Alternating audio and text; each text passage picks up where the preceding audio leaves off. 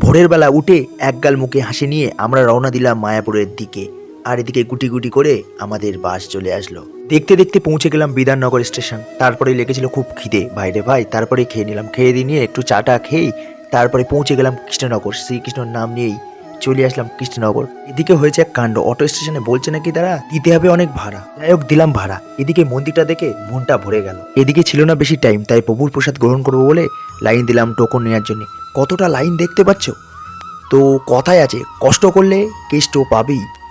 তো কষ্টের ফল দেখবে। এই দেখো প্রভুর প্রসাদ। প্রভুর প্রসাদ গ্রহণ করে কতটা ভালো লাগছে সেটা বলে বোঝাতে পারবো না।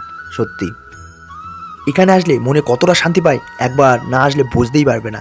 সত্যি বলছি, অনেক শান্তি পায়। মায়াপুর, জয় শ্রীকৃষ্ণ, রাধে রাধে। এই যে গীতা মেলা, এখানেই হচ্ছিল নাম। শুনে মনটা ভরে গেল। আর এই যে এখানে আমার প্রভু।